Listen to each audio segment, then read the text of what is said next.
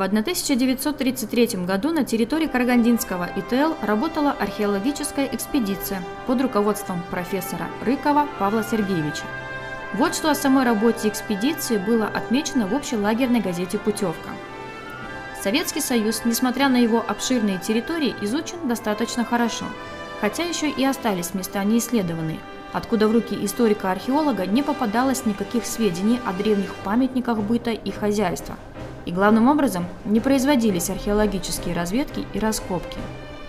Одним из таких мест является Карлаг, находящийся на территории Казахстана.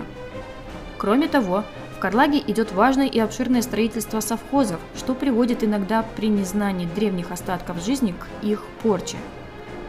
Вот почему Государственная академия истории материальной культуры и заключила договор с ГУЛАГом в целях археологического исследования территории Карлага.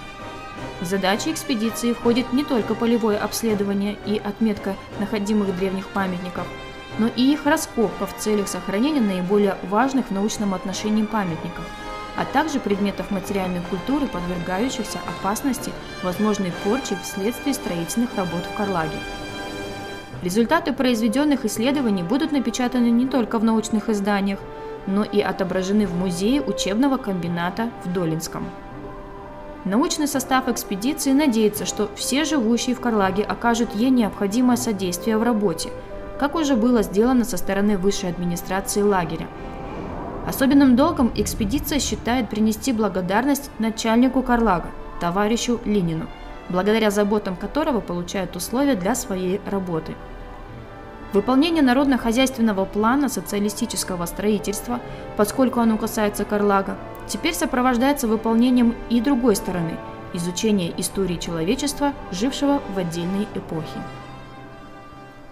Профессор Рыков был арестован 14 августа 1937 года.